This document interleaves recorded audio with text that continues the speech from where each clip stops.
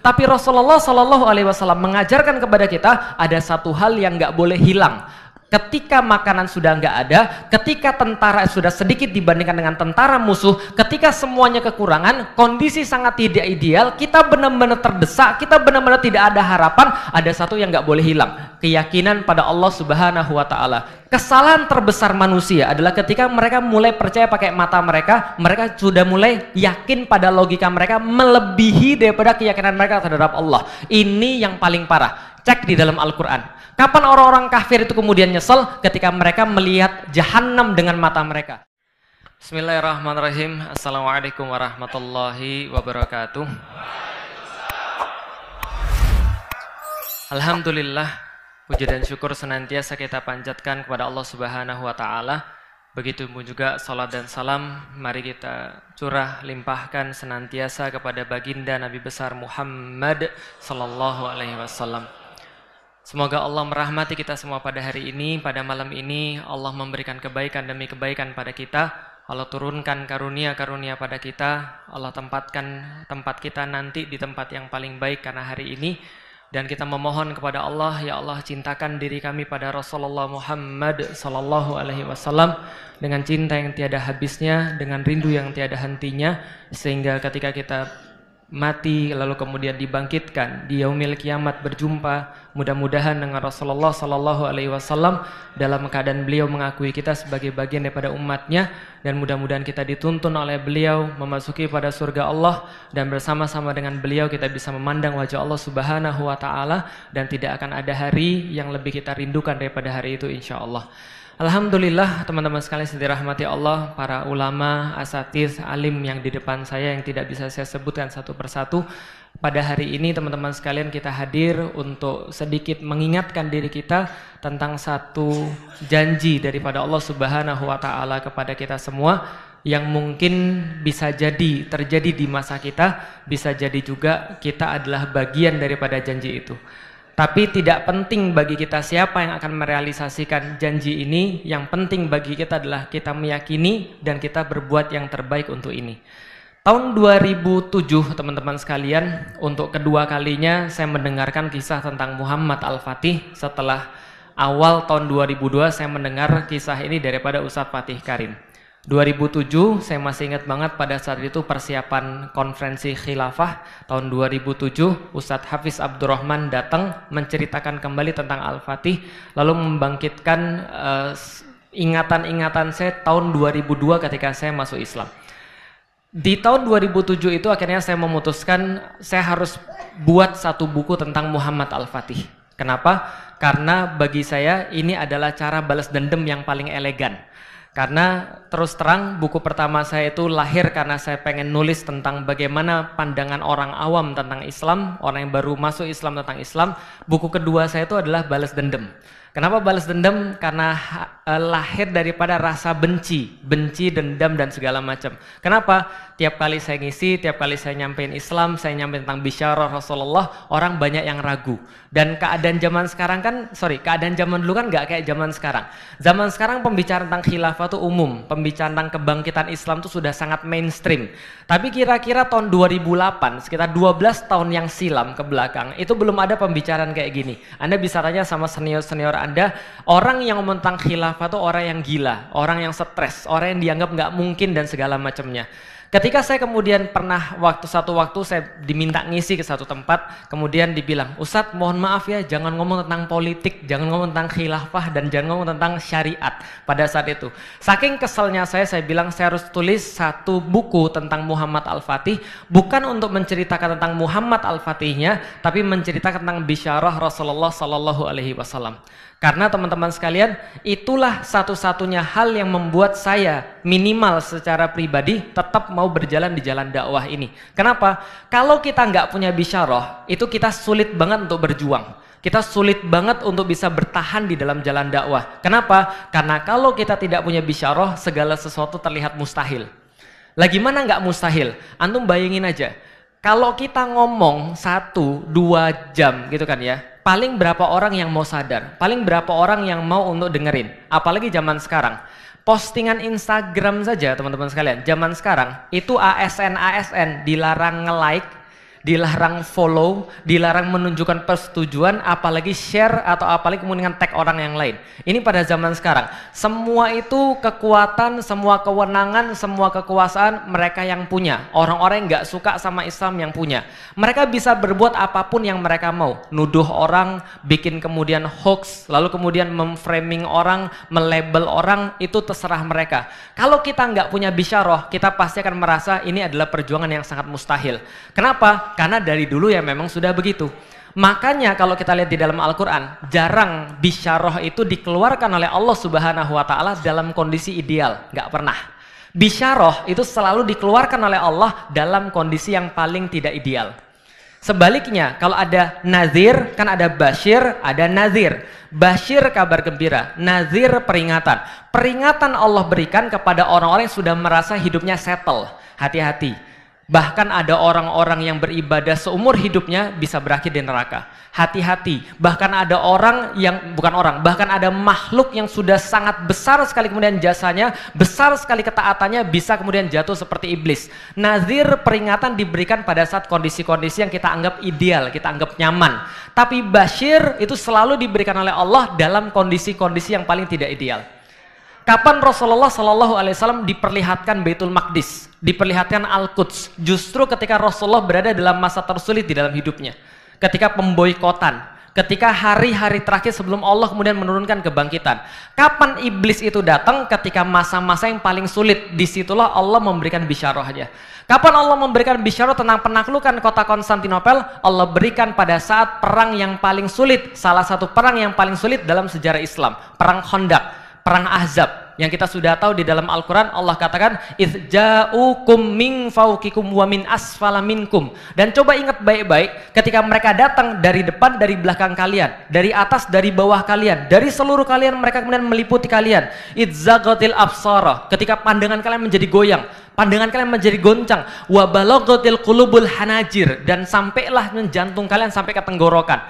Dan itu adalah level keterkejutan yang paling parah. Jadi kalau Anda terkejut yang paling parah sampai nggak bisa ngomong, sudah sendiri, sudah sampai tenggorokan. Rasanya hati itu naik ke tenggorokan saking mencelos, saking nggak enaknya, saking takutnya. Wa tadzunnuna billahi dzununa. Dan apa yang lebih parah? Allah katakan sampai orang-orang beriman di sekitar Rasulullah Sallallahu Alaihi Wasallam punya prasangka buruk terhadap Allah dan Rasulnya. Kayaknya Rasul bohong.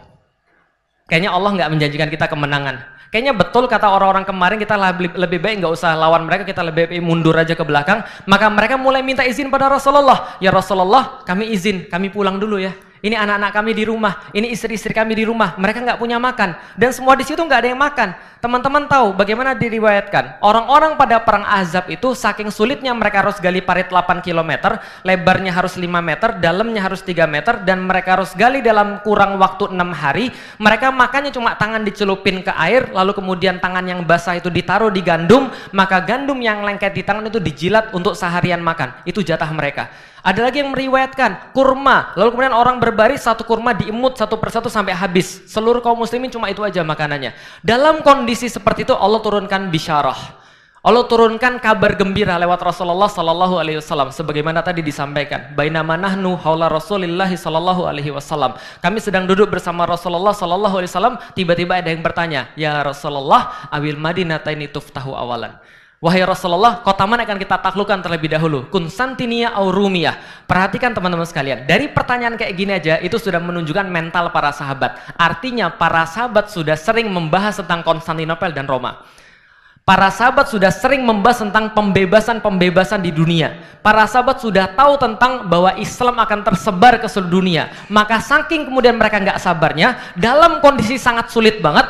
Kalau bayangin ya, bayangin antum lagi dalam kondisi seperti itu, ribet-ribetnya, susah-susahnya. Dalam hadis, dalam athar dikatakan bahwa mereka bahkan nggak sempat pergi ke WC, tiba-tiba ada yang nanya, ya Rasulullah, besok kita akan menaklukkan Konstantinopel dulu atau Roma? Paham teman sekalian? Jadi ibarat kalian kita lagi ribet-ribet, anak sekolah kemudian bayarnya besok harus 15 juta, belum ada yang beres semua, anak belum makan hari ini, lalu kemudian ada yang nangis, ada yang berantem, ada yang stres, tiba-tiba ada satu anak yang nanya, Bapak besok kira-kira kita pergi ke Eropa atau kita pergi ke Turki ya, kira-kira gitu kan ya. Nah itu bapaknya bilang kamu gila gitu kan ya. Nah kondisi seperti itu disampaikan pada Rasulullah Sallallahu Alaihi Wasallam. Rasulullah Sallallahu Alaihi Wasallam tidak pernah mengatakan begini, sudah jangan pandang yang panjang-panjang, jangan mikir yang jauh-jauh. Bapakmu aja belum masuk Islam, Rasul nggak bilang begitu. Tapi Rasulullah Sallallahu Alaihi Wasallam mengajarkan kepada kita ada satu hal yang nggak boleh hilang. Ketika makanan sudah nggak ada, ketika tentara sudah sedikit dibandingkan dengan tentara musuh, ketika semuanya kekurangan, kondisi sangat tidak ideal, kita benar-benar terdesak, kita benar-benar tidak ada harapan, ada satu yang nggak boleh hilang, keyakinan pada Allah Subhanahu wa Ta'ala. Yu'minuna bil ghaib, keyakinan pada apapun yang disampaikan oleh Allah Subhanahu wa Ta'ala, janji Allah Subhanahu wa Ta'ala. Maka Rasulullah membalas mereka, Madinatu Hiraqla tuftahu awalan. Yang akan kalian taklukkan terlebih dahulu wahai sahabat-sahabatku adalah kotanya Heraklius, yakni Konstantinia, yaitu adalah Konstantinopel. Itu yang Rasulullah Shallallahu Alaihi Wasallam sampaikan pada mereka. Ketika Rasulullah menyampaikan ini, orang Yahudi ada di sana lalu berkata, Muhammad sudah gila. Dan itulah ejekan mereka yang paling favorit pada Rasulullah Sallallahu Alaihi Wasallam. Kenapa? Karena mereka tahu mereka nggak bisa juluki Rasulullah penyihir, mereka nggak bisa bilang Rasulullah itu tukang tipu, mereka nggak bisa bilang Rasulullah itu dukun. Yang mereka bisa bilang hanya Rasul orang gila. Kenapa? Karena nggak semua orang bisa ngelihat kecuali cuma pakai mata dan pakai logika. Paham teman-teman sekalian? Ingat baik-baik, kesalahan terbesar manusia adalah ketika mereka mulai percaya pakai mata mereka, mereka sudah mulai yakin pada logika mereka melebihi daripada keyakinan mereka terhadap Allah. Ini yang paling parah. Cek di dalam Al-Quran. Kapan orang-orang kafir itu kemudian nyesel? Ketika mereka melihat jahanam dengan mata mereka. Ya laitani kuntu turoba. Wahai seandainya aku adalah sebuah tanah saja. Aku ngelihat neraka, aku baru yakin. Kemarin-kemarin aku kemana? Aku nggak yakin ketika aku diomongin tentang neraka. Ketika aku dengan neraka, aku suruh mikir tentang neraka, logikaku bilang nggak ada yang namanya neraka, nggak ada yang namanya surga. Tuhan maha baik, nggak ada yang akan mengazab siapapun. Tuhan nggak akan mengazab siapa-siapa. Udah tenang aja. Tapi ketika mereka melihat dengan matanya, mereka baru yakin. Ini bahaya banget. Orang yang yakin dengan mata itu calon-calon penghuni neraka. Paham teman-teman sekalian? Karena mata ini menipu. Allah kata, ya'lamuna dzahiran minal hayatid dunya. Orang-orang calon penghuni neraka, mereka sangat jelas ketika melihat dengan mata mereka. Wahum anil akhiratihum ghafilun. Tapi begitu dibicarakan tentang janji Allah, begitu dibicarakan tentang ayat-ayat Al-Qur'an, peringatan Allah tentang neraka, janji Allah berupa surganya dan kenikmatan-kenikmatan di dunia, termasuk kemenangan-kemenangan, mereka jadi stres. Mereka jadi nggak percaya. Maka begitu Allah mengomentari tentang penaklukan-penaklukan yang belum terjadi di masa Rasulullah, Allah sampaikan di dalam surat Al-Fath ayat 21, wa ukhra lam taqdiru 'alaiha qad ahatallahu biha wa kanallahu ala kulli syai'in qadira. Dan hal-hal yang lain dan tempat-tempat yang lain yang sebenarnya belum Anda bisa kuasai, tapi sebenarnya sudah ditakdirkan dan Allah sudah liputi itu semua bagi Anda. Sudah selesai bagi Allah. Allah sudah janjikan itu semua bagi Anda, dan ketika Allah sudah keluar janjinya, Allah tidak akan pernah menarik balik janjinya. Qad ahatallahu biha. Allah sudah meliputi semuanya bagi Anda, dan Allah maha menakdirkan atas segala sesuatu. Allah menyampaikan pada kaum muslimin, jangan khawatir. Kalau Anda belum melihat sesuatu itu, belum takluk, padahal sudah janji Allah, bukan berarti Allah mencabut janji itu dari Anda. Bukan. Allah tetap janjinya, karena Allah bagi Allah semuanya sudah selesai. Ini yang disampaikan pada kaum muslimin pada saat itu. Keyakinan pada sesuatu yang goib. Saya nggak akan bahas banyak teman-teman sekalian tentang sejarah. Teman-teman bisa googling, bisa buka YouTube, lihat videonya 1,5 jam, teman-teman bisa saksikan. Yang pengen saya kasih tahu adalah Muhammad Al-Fatih bukan orang yang berdiri sendiri. Dia keturunan ke-7 daripada Utsman. Makanya disebut dengan Khilafah Utsmani. Dan pada waktu Muhammad Al-Fatih masih Kesultanan Utsmani. Sultan ke-7 daripada Kesultanan Utsmani, Utsman adalah orang yang sangat ngefans dengan Rasulullah Sallallahu Alaihi Wasallam. Saking ngefansnya Utsman ini, sampai tidur pun dia kebayang-bayang dengan Rasulullah Sallallahu Alaihi Wasallam. Suatu waktu Utsman punya bapak namanya Ertugrul. Saya cuma mau mengendorse tadi tentang Habib Khalilullah sampaikan kepada kita. Utsman punya bapak namanya Ertugrul. Ertugrul memilihkan ulama terbaik buat Utsman, namanya Syekh Edebali. Syekh Edebali ini adalah seorang sufi sekaligus orang yang sangat fakih pada zamannya. Maka dia bilang sama Utsman, Utsman, kamu berguru sama Syekh Edebali. Dan ingat baik-baik, saya bapakmu, tapi Syekh Edebali adalah bapakmu yang sesungguhnya. Kalau kamu dibilangin sama Syekh Edebali, kamu harus nurut. Karena kalau kamu bantah Syekh Edebali, maka aku akan marah. Kalau kamu bantah saya paling sedih. Kalau kamu tidak mau nurut sama saya paling akan murka. Tapi kalau kamu bantah Syekh Ede-Bali, kamu tidak mau nurut Syekh Ede-Bali, saya nggak akan ngakuin kamu sebagai anak. Kenapa? Karena ridho guru itu yang menyebabkan orang punya karakter. Karena ridho guru itu yang menyebabkan dia punya ilmu yang Allah turunkan kepada dia. Maka kemudian dipilihkan Syekh Ede-Bali ketika Syekh Ede-Bali dan Utsman lagi halqoh ceritanya nih. Kemudian setelah halqoh, Utsman tidur di tempat. Setelah dia tidur, bukan kayak antum, tidur pas halqoh gitu kan ya. Ini tidur setelah halqoh. Setelah halqoh, Utsman tidur. Dan setelah tidur, bayangkan bagaimana ketika guru sudah ridho sama muridnya. Dia mimpi. Setelah dia mimpi, dia langsung bangun. Setelah bangun, dia langsung bilang sama Syekh Ede-Bali, "Syekh, saya mimpi Syekh." Mimpi apa? Dia bilang, "Saya mimpi, saya halaqoh dengan kamu." Jadi orang yang baru selesai halaqoh baru tidur, itu mimpinya halaqoh. Alhamdulillah sekalian. Jadi dia bilang, saya lagi halaqoh dengan Anda Syekh. Kemudian tiba-tiba ada bulan sabit keluar dari dada Anda. Kemudian begitu dia keluar, dia membesar jadi sebuah bulan purnama yang sempurna. Kemudian masuk ke dalam dada saya. Dari dada saya keluar pohon cenar, pohon maple yang sangat besar, cabangnya sangat banyak sekali. Pohon itu membesar dengan sangat cepat. Lalu aku melihat dia menaungi 4 sungai dan 4 gunung, gunung Haimus, Taurus, Kaukasus, dan satu lagi Atlas, sungai Nil, Tigris, Eufrat, dan sungai Danub. Lalu kemudian dia melihat itu menaungi semuanya, dan dia lihat dari kulit-kulitnya muncul kemudian masjid-masjid, menara-menara tinggi, azan berkumandang di mana-mana, kuda-kuda berkeliaran, orang-orang sangat banyak, kaum muslim banyak sekali. Lalu kemudian dia katakan, tiba-tiba aku melihat daun-daun pepohonan itu berubah semua menjadi seperti pedang. Setelah pedang itu berubah, dia mengarahkan pada satu titik seluruh pohon-pohon itu, dan titik itu adalah Konstantinopel. Maka kemudian pemandangan itu berubah jadi cincin, dan cincin itu dipakaikan kepada saya. Kemudian dia bangun. Syekh Ede-Bali, seorang sufi, seorang yang sangat paham tentang seperti itu. Kemudian ketika dia bangun, dia bilang, "Kalau gitu kamu nikah sama anak saya aja." Nikah sama anaknya ketika dia punya anak namanya Orhan. Orhan punya anak namanya Murad. Murad punya anak kemudian namanya Mehmet. Namanya Bayazid. Bayazid punya anak namanya Mehmet. Mehmet punya anak namanya Murad kedua. Murad kedua punya anak namanya Mehmet kedua atau Muhammad Al-Fatih. Dan ini bukan cerita cuma 1-2 hari. Ini cerita panjang, 7 turunan di atas. Dan pantas saja kalau Anda lihat bagaimana kemudian Osman dan Orhan itu di bursa sekarang ada satu bendera namanya Bursa Yurdu. Benderanya warna merah, sekitar 4 meter kali 2 meter kalau saya nggak salah. Itu tulisan paling atasnya Bismillahirrahmanirrahim. Tulisan di bawahnya Allahumma sholli ala sayyidina Muhammad. NU bukan saat, nggak ada waktu itu di situ ya. Oke, Allahumma sholli ala sayyidina Muhammad. Di bawahnya Inna fatahna laka fatham mubina. Di bawahnya wajahidu fisabilillah. Anda coba bayangkan, kalau Anda punya punya sesepuh, Anda punya buyut, Anda punya orang tua, buyut kayak begitu, kira-kira gimana? Pas datang, ini adalah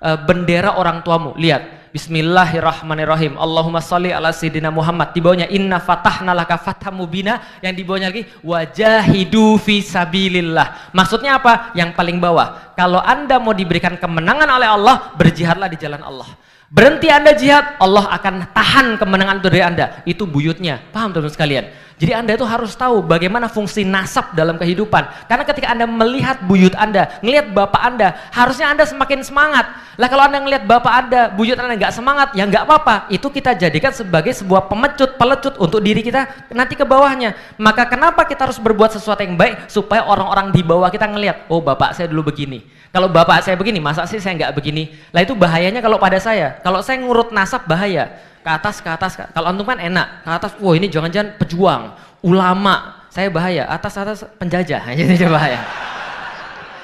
Nah maka itu yang bisa kita lihat bahwa ada satu yang dijaga, yaitu adalah keyakinan pada sesuatu yang gaib. Ini yang sangat terang sekali, ini yang sangat jelas sekali, ini yang sangat menonjol sekali pada Muhammad Al-Fatih.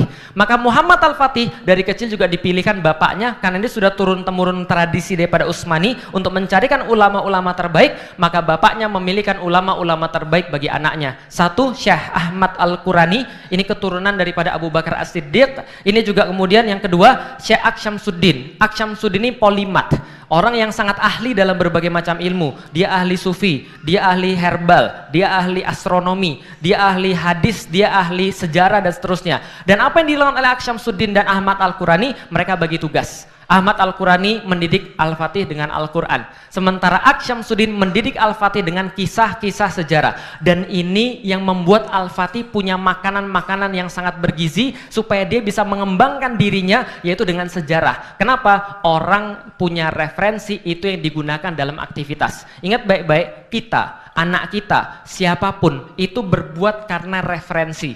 Apapun yang ada referensi di sini, maka begitulah kita berbuat. Ketika kita ngelihat cewek, maka referensi kita yang menentukan bagaimana cara kita melihat cewek tadi.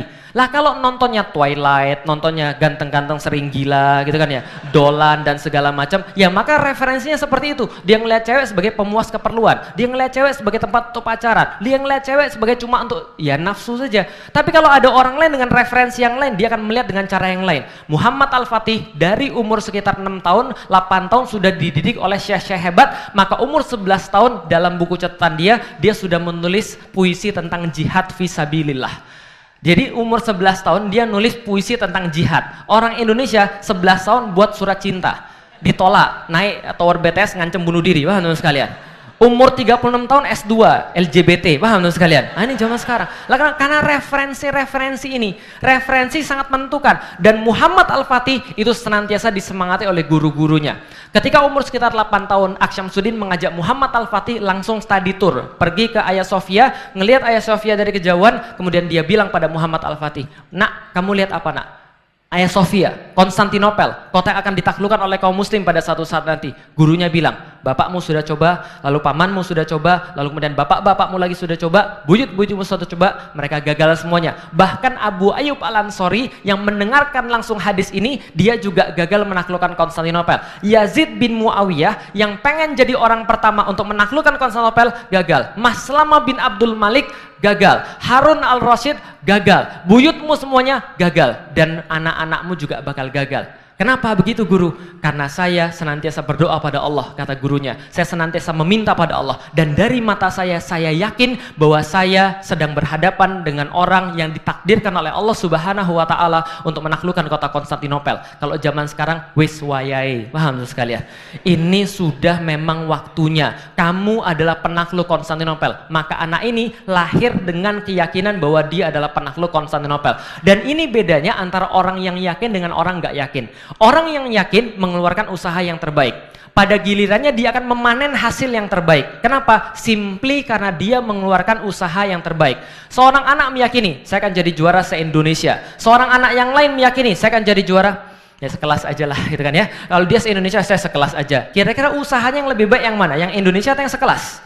Yang se-Indonesia dong. Kenapa? Karena dia lebih besar kemudian impiannya, dia lebih banyak kemudian saingannya. Maka dia bilang, saya akan jadi juara se-Indonesia. Dia belajar 4 jam. Ketika kemudian dikasih tahu sama gurunya, kamu mau jadi juara se-Indonesia? Iya. Itu temenmu pengen jadi juara sekelas saja, belajarnya 5 jam. Kalau gitu aku tingkatin enggak 4 jam, aku 6 jam.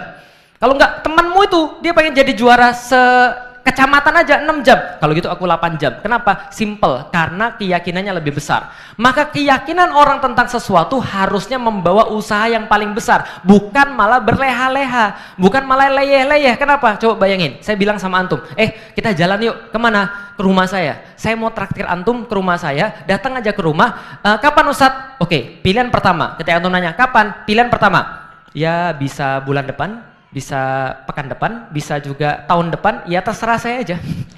Itu jawaban pertama. Dilihat jawaban yang kedua, besok jam 4 sore datang ke rumah saya. Antum lebih semangat yang mana? Lebih semangat yang sudah pasti waktunya, atau antum lebih semangat yang nggak jelas waktunya? Yang sudah pasti antum pasti lebih semangat. Kenapa? Karena kepastian. Maka rezeki juga sama. Ketika kita yakin rezeki itu Allah pasti kasih, kita lebih semangat. Ketika kita yakin bahwa penaklukan itu pasti terjadi, maka orang lebih semangat. Itu yang terjadi pada Muhammad Al-Fatih. Maka dengan segala usaha teman-teman sekalian, dia mulai kemudian penaklukan itu umur 12 tahun. Muhammad Al-Fatih dari pendidikan segala macam, 12 tahun dia jadi sultan. 12 tahun dia jadi sultan. Antum tahu apa program pertama dia? Program pertama saya menaklukkan Konstantinopel. Paham teman sekalian? Anak 12 tahun, program pertama pertamanya menaklukkan Konstantinopel, langsung dibully habis sama orang-orang di sekitarnya. Para penasehatnya menyaksikan, orang-orang terdekatnya menyaksikan, ini anak orang gila, 12 tahun penaklukan Konstantinopel. Apa yang terjadi? Dicopot jadi sultan. Paham sekalian? Bapaknya balik lagi jadi sultan, tapi dia belajar. Apa yang dia pelajari? Ternyata nggak cukup cuma semangat. Dia pelajarin strategi, dia pelajarin apa yang dia kurang daripada ketika dia diturunkan kembali jadi sultan. Dia pelajari kemudian bahasa-bahasa penting. Dia pelajari cara untuk mengatur pasukan-pasukan terkuat, termasuk pasukan Yeniseri. Dia membentuk tim, membentuk kemudian segala perencanaan. Akhirnya umur 19 tahun ketika bapaknya mangkat, dia balik lagi jadi sultan dan dia nggak bilang lagi pengen menaklukkan Konstantinopel. Tapi ketika dia ditanya, apa program pertamanya? Rapikan seluruh daerah, kita amankan tempat-tempat yang lain, kirimkan upeti-upeti kepada orang-orang musuh-musuh kita, ikat perjanjian dengan mereka, kumpulkan pasukan. Paham teman sekalian? Maka 19 tahun dia memulai penaklukan itu, lalu kemudian umur 21 tahun, 29 Mei 1453, Konstantinopel takluk di tangan kaum muslimin. Singkat cerita, tanggal berapa? 29 Mei 1453. Saya singkat saja karena waktu saya sedikit, saya pengen tanya yang terakhir, ini pelajaran yang paling penting. Kapan takluknya Konstantinopel? 29 Mei 1453 atau 20 Jumadil Awal 857 Hijriah. Salah. Kapan penaklukan Konstantinopel? Penaklukan Konstantinopel bukan terjadi pada tanggal 20 Jumadil Awal 857 Hijriah, bukan juga 29 Mei 1453. Tapi penaklukan Konstantinopel itu terjadi ketika Rasulullah Shallallahu Alaihi Wasallam mengucapkan dari lidahnya, la tuftahanal Konstantiniyah, fala ni'mal amiru amiruha, wala ni'mal jaishu dzalikal jaish. Kenapa? Karena Rasul tidak pernah bohong. Rasul nggak pernah bohong. Ketika Rasul mengeluarkan satu kata, itu nggak akan ditarik dan itu nggak akan mungkin nggak terjadi. Rasul nggak pernah bohong. Maka bagi kaum muslimin ketika mereka sudah mendengarkan hadis itu, mereka mendengarkan bisyarah itu, it's over, selesai. Mereka senang Konstantinopel takluk. Masalahnya bukan pertanyaan apakah takluk atau tidak, bukan lagi, tapi kapan, siapa, dan bagaimana. Paham teman sekalian? Ini bedanya pertanyaan yang mutu sama pertanyaan nggak mutu. Pertanyaan yang mutu itu adalah yang mana duluan, Konstantinopel, Roma. Siapa yang menaklukkan? Saya atau anak saya? Bagaimana cara menaklukkannya? Dengan cara ini atau dengan cara yang ini? Tapi pertanyaan yang nggak mutu adalah kira-kira mungkin nggak Roma takluk? Kira-kira mungkin nggak khilafah berdiri? Itu nggak mutu sama sekali. Kenapa? Rasul tidak pernah bohong. Paham teman sekalian? Maka ketika kemudian saya menyampaikan, ketika Rasulullah Shallallahu Alaihi Wasallam mengatakan summa takunu khilafatan alamin hajin nubuwah, maka itu adalah keluar dari Rasulullah. Anda mau protes apapun terserah, Anda mau kemudian debat apapun terserah, Anda mau bilang ini meragukan ini nggak mungkin ya, bakal begini, ini bakal begini, ini bakal kayak begini, ini bakal, terserah Anda. Yang nggak bisa Anda lakukan adalah Anda menghapus itu daripada kitab-kitab para ulama. Anda menghapus bahwa hadis itu pernah diucapkan oleh Rasulullah Shallallahu Alaihi Wasallam. Kita bisa debat nanti, tapi yang nggak bisa kita debat adalah ini sudah diucapkan oleh Rasulullah dengan satu atau dengan lain cara. Khilafah pasti berdiri, Anda suka atau Anda tidak suka. Lah kenapa? Simple, karena itu sudah jadi hadis. Bisa dimana sekalian? Kecuali kalau Rasul nggak pernah ngomong, oh itu kan penafsiran Anda. Nah itu kita bisa perdebatkan, tapi hadisnya sudah ada, gitu loh maksudnya. Tsumma takunu khilafatan ala minhajin nubuwah. Maka keberadaan hadis la tuftahanal Konstantiniyah fala ni'mal amiru amiruha wala ni'mal jaisu dzalikal jais. Itu nggak ada bedanya dengan tsumma takunu khilafatan ala minhajin nubuwah. Nggak ada bedanya. Dan secara fakta lucu kalau antum meragukan. Lah kenapa? Orang-orang Amerika, orang-orang Eropa, saya pernah baca ada satu kompilasi tentang bagaimana cara orang-orang luar analisis luar membahas tentang khilafah. Saya lucu banget. Jadi gini ceritanya. Apapun yang kita pandang tentang Erdogan, tapi Erdogan itu sekarang sedang jadi buah bibir di Eropa. Ada satu analisis di Amerika dan Eropa menulis begini. Kita saksikan Erdogan ini sedang membawa Turki kepada khilafah but its name katanya. Jadi tentang satu sistem khilafah kecuali namanya. Mereka ini terserah ya. Ini adalah bagaimana mereka kemudian melihat Turki yang sekarang sedang membawa ini ke arah khilafah kecuali namanya. Lalu mereka bilang begini yang sangat menarik. Maka saksikan baik-baik, commercial break yang hampir selama 100 tahun itu sebentar lagi akan berakhir dan pertunjukan yang sudah dimulai lebih daripada 1300 tahun yang lalu akan dimulai. Paham teman sekalian? Itu kata mereka. Jadi commercial break yang sudah 100 tahun ini sebentar lagi akan berakhir. Dan pertunjukan yang sudah dimulai sekitar 1300 tahun yang lalu ini kembali akan dilanjutkan, ditayangkan kembali. Maksudnya apa? Mikir aja sendiri, paham teman sekalian. Yang terakhir, kemudian pesan saya bagi diri saya sendiri dan bagi teman-teman sekalian, pidato Muhammad Al-Fatih ketika menaklukkan Konstantinopel pada tanggal 29 Mei 1453 setelah mereka bertahajud dan memohon kepada Allah, setelah sebelumnya sehari penuh mereka berpuasa dan memohon kepada Allah Subhanahu wa taala, setelah berhari-hari mereka kemudian ditinjau dan dikunjungi oleh para ulama, setelah bertahun-tahun kemudian kaum muslimin percaya dengan penaklukan itu dari generasi demi generasi, dari zaman Rasul sampai dengan zaman kemudian Muhammad Al-Fatih, maka Muhammad Al-Fatih memberikan pidatonya. Seandainya penaklukan kota Konstantinopel sukses, maka sabda Rasul telah menjadi kenyataan.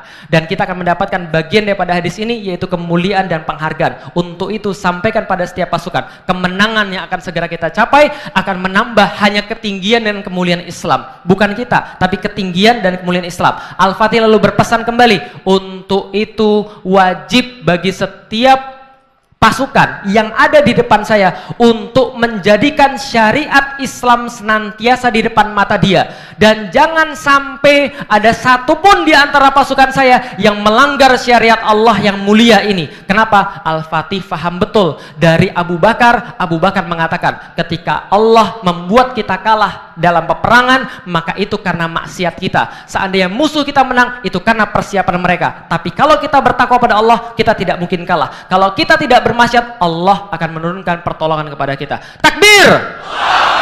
Assalamualaikum warahmatullahi wabarakatuh.